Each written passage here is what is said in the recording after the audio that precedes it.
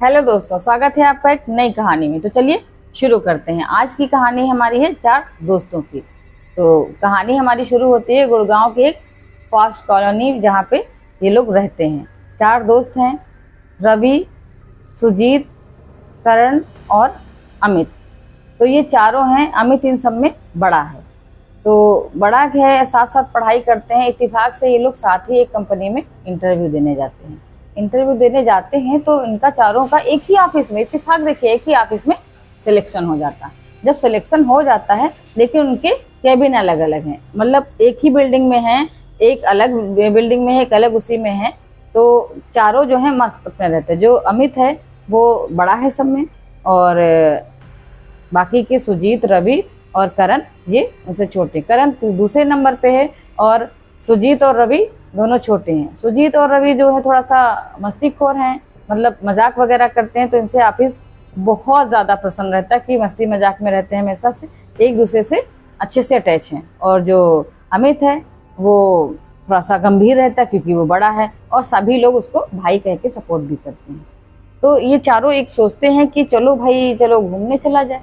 तो घूमने के लिए, अब भाई घूमना तो सबको पसंद है, क्योंकि घूमेंगे नहीं तो फिर मजा कैसे आएगा। अच्छा, ऑफिस का क्या होता है कि अब भाई हर दिन ऑफिस का है, संडे मिला छुट्टी का, तो उस दिन पूरा काम ही करते रह जाओ, तो घूमने का कोई मौका ही नहीं है। अभी तीन चारों जो सोचते हैं कि भाई अमित के पास है गाड़ी, तो गाड़ी से जो है ले जाना चाहता है सबको। लेकिन क्या होता है, उसकी होती है गर्लफ्रेंड, और उसकी गर्लफ्रेंड जो होती है वो होती है उसकी हाई स्कूल से उसके साथ पढ़ने वाली लड़की। तो वो अपनी गर्लफ्रेंड को बहुत चाहता है, और उसकी उसी के साथ समझ लो शादी भी फिक्स है। उसके दोनों के घर वाले जो हैं वो एकदम से तैयार भी हैं कि भाई चलो, उनका चल रहा है इतने दिनों से, तो शादी भी करवा देंगे।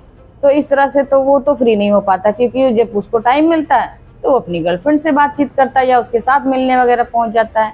तो ये तीनों उसका बहुत मजाक उड़ाते हैं।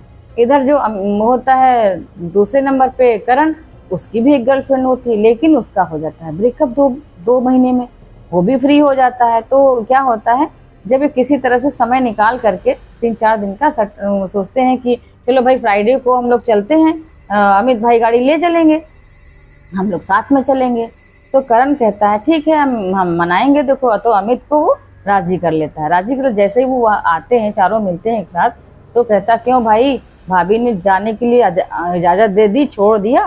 तो कहना अरे भाई, बहुत मेहनत से मैंने उसको मनाया है, और कैसे करके मैं निकल के आया हूँ ये तो मैं ही जानता हूँ, पीछा कैसे छुड़ाया मैंने। इतना वो कहता है, तब तक जो है सुजीत उसकी बात को उसमें मोबाइल में रिकॉर्ड कर लेता। कहता भाई सुना दूं भाभी को, अभी तेरी वाट लगा दूंगा। तो कहता है अरे भाई क्यों परेशान करते हो। तो करण जो है उससे मोबाइल छीन लेता है, और वो वीडियो रिकॉर्डिंग जो होती है और डिलीट करके बोलता है कि क्यों ब्रेकअप करवाने पे लगे हो, मेरा तो हुआ पड़ा, तो मैं झेल रहा हूँ। तो फिर अमित कहता है कि चलो चलो, तुम दोनों बहुत मस्ती करते हो, हर समय मस्ती रहती, जब तुम्हारा अपना होगा तब मैं बताऊंगा तुमको। इस तरह से हंसते हुए वो लोग अपना गाड़ी में बैठ जाते हैं। तो फिर जब बैठ जाते हैं उसमें, तो कहता भाई सारा सामान ले लिया खाने पीने का? कहना हाँ ले लिया है। अभी कहता भूख लगी, खाओगे? तो कहता अरे अभी तो गाड़ी में बैठे हैं, इतनी जल्दी कहाँ से भूख लगेगी, अभी तो बातें कर रहे थे। तो ऐसा होता है, सुजीत और रवि जो है पीछे बैठ जाते हैं, और अमित और करण आगे। अमित की गाड़ी होती है तो अमित तो ड्राइविंग कर रहा होता है, तो ड्राइविंग सीट पे बैठा होता है, इधर साइड में करण। दोनों बातें करते हैं पीछे। तो क्या पीछे इनको क्यों बिठाया? तो पीछे इसलिए बिठाया है कि ये दोनों बहुत मस्ती करते हैं, तो इन दोनों को मस्ती करने दो, और अपन तो ड्राइविंग करेंगे, तो पता है उसी बंदे को बिठाओ जो अच्छे से आगे बातचीत कर सके। बोले ठीक। दोनों बढ़िया पीछे मस्त बातें कर रहे हैं, और वो दोनों आगे चले जा रहे हैं। सुनसान बढ़िया रास्ता पहुंचते हैं आगे, थोड़ा सा गुड़गांव से आगे निकलते हैं। तो फिर रास्ते में करण बोलता है भाई किधर को जाना है, कहाँ चलने का इरादा है? फ्राइडे को चले हैं, सैटरडे वहाँ पे रेस्ट मारेंगे, रुकेंगे, घूमेंगे फिरेंगे, और संडे को वापस निकलेंगे। पूरा दिन लगेगा, तो मंडे से ऑफिस ज्वाइन कर लेंगे। ये था इनका बढ़िया सा ट्रिप का प्लान। तो अभी चलने पे रास्ते में जब पहुंच जाते हैं कुछ दूरी पे, तो रवि कहता भाई देहरादून चलोगे? तो सोचता है देहरादून कि हाँ चला जाए चलो। तो इस तरह से करण जो है कहता अच्छा चलो, उसको लगाओ, लोकेशन लगाओ और चलो देहरादून। और ये सब निकल पड़ते हैं देहरादून के लिए। जब देहरादून के लिए गाड़ी मोड़ देते हैं, रास्ते में दूरी गाड़ी स्पीड से बहुत चली जा रही, झंझनाती चली जा रही। इन लोगों को कुछ नहीं पता होता कि क्या इन्होंने कांड कर डाला। रास्ते में एक बहुत मतलब जैसे टोटका नहीं होता नींबू मिर्ची का, उनकी गाड़ी के टायर जो हो उसी पे चढ़ जाता है, क्योंकि गाड़ी इतनी स्पीड से होती है वो देख भी नहीं पाते हैं। शाम का धुंधला होता है, वो रौंदते हुए आगे निकल जाते हैं। वहीं से इनको एक साया पीछा करना शुरू कर देता। वो टोटका कोई ऐसा वैसा टोटका नहीं था, वो टोटका था किसी के परिवार का उतारा हुआ टोटका। समझ लो उसने अपने परिवार की बला इन पे पहुंचा दी, क्योंकि टोटका ये लोग अपना उस पर रौंद दी थी गाड़ी इसलिए। अब वो पता नहीं कैसी कोई मतलब ऐसी जो वो थी छाया, वो पीछे पीछे इनके चल रही गाड़ी पे सवार हो गई। चलते चलते चलते चलते ये लोग पहुंचते हैं। अब गाड़ी जो है इनकी चल रही है, ऐसे चलती जा रही, रास्ते में अंधेरा घना होने लगा। फिर वो बाहर जब उजाला दिखता है तो कहता भाई मुझे तो भूख लगी है। अब तो अमित कहता भूख लगी है, अभी कितनी दूर चले हैं? लेकिन भाई तुम देख भी रहे हो अपनी गाड़ी तो बराबर चलती जा रही, ना रास्ते में ढाबा पड़ रहा, ना कोई रेस्टोरेंट पड़ा, ना कोई वैसी कोई पेट्रोल पंप तक तो पड़े नहीं, ना कोई पेड़ दिख रहा। तो सोचता है ऐसा कैसे? अब चारों अंदर बहुत तेज डर जाते हैं, चलते रहते हैं। तब वो झांक करके देखता भाई अपनी गाड़ी तो बस एक ही रोड पे बस जाती है आती है, कहीं आगे बढ़ ही नहीं रही है। क्या ऐसा कैसे हो गया? फिर वो जो है थोड़ी देर के लिए चारों खामोशी से देखते रहते, फिर वो स्पीड बढ़ाता है। चलते एक पहाड़ी के पास पहुंचता ही है, गाड़ी का ब्रेक एकदम से लग जाता, गाड़ी वहीं पे बंद। थोड़ी दूर पे पहाड़ी दिख रही, वहां से बहुत तेज रोशनी। अब वो करण कहता है कि चलो भाई उतर के देखते हैं क्या हो रहा। तो पीछे दोनों जो बैठे होते कि भाई तुम ही जाओ, हम नहीं जाएंगे। अब तीनों बहुत डर जाते हैं। फिर अमित कहता भाई बड़ा मैं हूँ, मेरी जिम्मेदारी है, ये गाड़ी कैसे रुकी, क्या है? वाइपर चल रहा यूं करके शीशे पे, गाड़ी रुकी हुई है, ना बारिश का है ना कुछ है। तो कहता भाई गाड़ी में तेरी क्या हो गया है? तो वो कहता है भाई गाड़ी मेरी ऐसी है। तो कहते भाई गाड़ी ऐसी है तो इसको बनवाओ, नहीं तो भाई मुझे तो बहुत डर लगा। तो कहता भाई ठीक है गाड़ी मेरी है, मेरी जिम्मेदारी है। फिर अमित उतरता है, अमित गाड़ी से उतरता है और देखता है, बोनट खोलता है, देखता है उसको कोई खराबी नहीं पता चलती। जब सब कुछ तो नॉर्मल, सभी तार ठीक ठाक है, पानी भी है, अन्य चीजें जो होनी चाहिए वो भी हैं। तो कहता है भाई क्या हुआ गाड़ी को? तो कहता भाई मुझे तो कुछ समझ ही नहीं आ रहा। तब तक देखता है सामने जो पहाड़ी है ऐसे करके वहां से ये कस के रोशनी आ रही है, बादल घिरे हुए तो लग रहे हैं लेकिन रोशनी आ रही। जब रोशनी देखता है, अब वो सोचता है देखते हैं जा करके यहाँ का होता। तो ऐसे झांक के देखता शीशे के पास से, कहता करण भाई आप लोग यहीं बैठो, मैं जरा उस पहाड़ी की तरफ जा करके देखता हूँ कि रोशनी जहाँ पे दिख रही है तो शायद कुछ व्यवस्था हो जाए। तो कहता ठीक है। तो टाइम लेकिन जब तक देखते हैं अंदर भाई 11:30 बजा है, अभी तुम कहाँ जा रहे हो?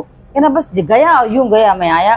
तो कहना ठीक है, लेकिन कहना मैं जब आऊंगा तो कम से कम मैं 3 बार नॉक जब करूंगा गाड़ी पे डोर पे तभी डोर खोलना, ऐसे मत डोर खोलना। कहने ठीक है। वो भाई चला जाता है, अमित जो है चला जाता है मोबाइल अपना लेकर के।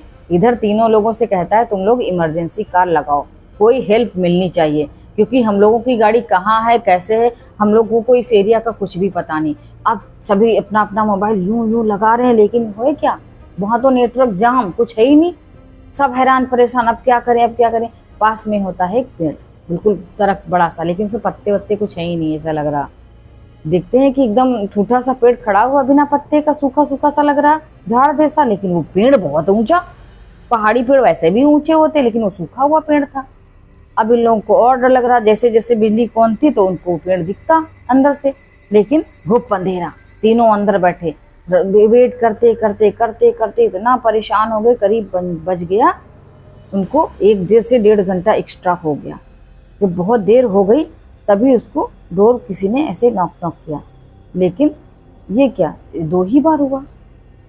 जो अंदर वो रवि होता है तो कहता सुजीत डोर खोल दिया जाए।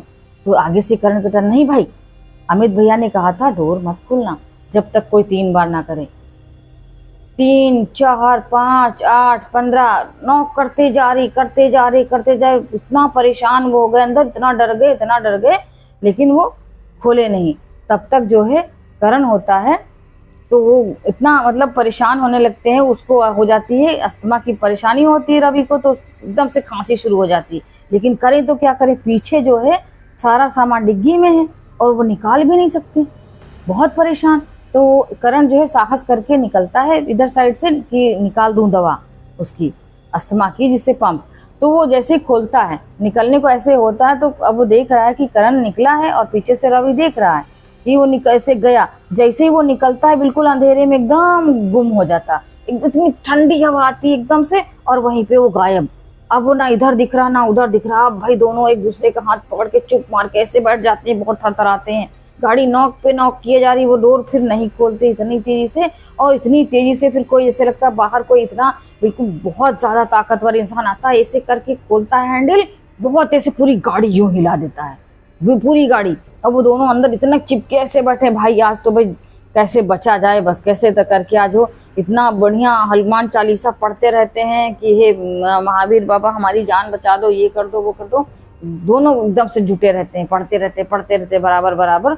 ऐसे से बोलते बोलते वो एकदम नींदे से सो जाते हैं। जब सोने जैसे लगते हैं तब तक सुबह का 5:30 बजता है। जब 5:30 बजता है तो आगे क्या होता है, आगे से सायरन बजता है, साए साए साए। तो CPR टाइप की जो गाड़ी नहीं बाहर घूमती रहती, पुलिस वालों की गाड़ी आती, वहीं उसमें से उतरते हैं 4 पुलिस वाले। तो पुलिस वाले जब उतरते हैं तो उसमें से जो है डोर उसका नॉक फिर से होता, क्योंकि तब तो उजाला हो चुका होता। वो गाड़ी खोलते हैं और उन दोनों को बाहर निकालते हैं, कहते हैं चलिए आप लोग सीधा इसमें गाड़ी में बैठिए, पीछे मुड़ के मत देखिएगा। तो रवि कहता है कि पीछे मुड़ के क्या। तब तक सुजीत देखता वहीं पत्थर पे एक कागज दबा हुआ है पास में ही, पहाड़ी के पास। तो वो पुलिस वाले जो है उसको निकालते हैं पर्चे को और देखते हैं, तो रवि पढ़ता है पर्चे में क्या लिखा है आखिर। तो लिखा क्या है वो पढ़ ही नहीं पाता है। अब लेकिन रवि वो पर्चा इधर से वो निकालते हैं पुलिस वाले, इधर रवि जो है सोचता है इन्होंने ये क्यों कहा कि पीछे मुड़ के मत देखना, एकदम से जब आवाज आई है कि सीधे चलो। और पुलिस वाले आगे आगे चल रहे हैं, वो पीछे पीछे बीच में जा रहे हैं। रवि जैसे ही पीछे मुड़ के देखता है, उसकी नजर पेड़ पे जाती है। उधर वो पर्चा लेता है हाथ में, इधर उसकी नजर पेड़ पे जो जाती है, देखता क्या है ऊपर दोनों की मुंडियां जो है ऊपर टंगी हुई हैं, कटी हुई, धड़ नीचे पड़े हैं और उनके सिर ऊपर टंगे हुए हैं, कटे हुए। उसी से खून टप टप गाड़ी पे गिर रहा है बहुत तेजी से। और वही मुंडियां जो है नीचे जो डोर में बंधी लटकी, उसी में नॉक ठक ठक ठक, उसी मुंडी से ही उस पे ठक ठक हो रहा है। इस पे कार के उसके दरवाजे पे ठक ठक हो रहा बहुत तेज। अब वो देख करके एकदम से डर जाते हैं। तब तक जो है रवि उस पर्चे को देखता कि क्या लिखा है। वहां जब पहुंचता, जब वो पर्चा हाथ में लेता है तो उस पे क्या लिखा है, भाई किस्मत वाले हो जो तुम्हारी जान बच गई, दोस्तों को तो खो दिया है, मिलते हैं तुमसे अगली बार, कभी तो मुलाकात होगी, अभी तो जान बचा के भागे हो। इतना देख करके वो सिर पे हाथ रख करके बैठ जाता है कि अब की बार क्या होने वाला है। तो इस तरह से वो दोनों तो पुलिस के साथ जो चले गए थे वापस आते हैं घर, और अपने दोस्तों को खोने का उनको बहुत ज़्यादा अफसोस होता है। तो ये थी आज की कहानी। मिलते हैं कल एक नई कहानी के साथ।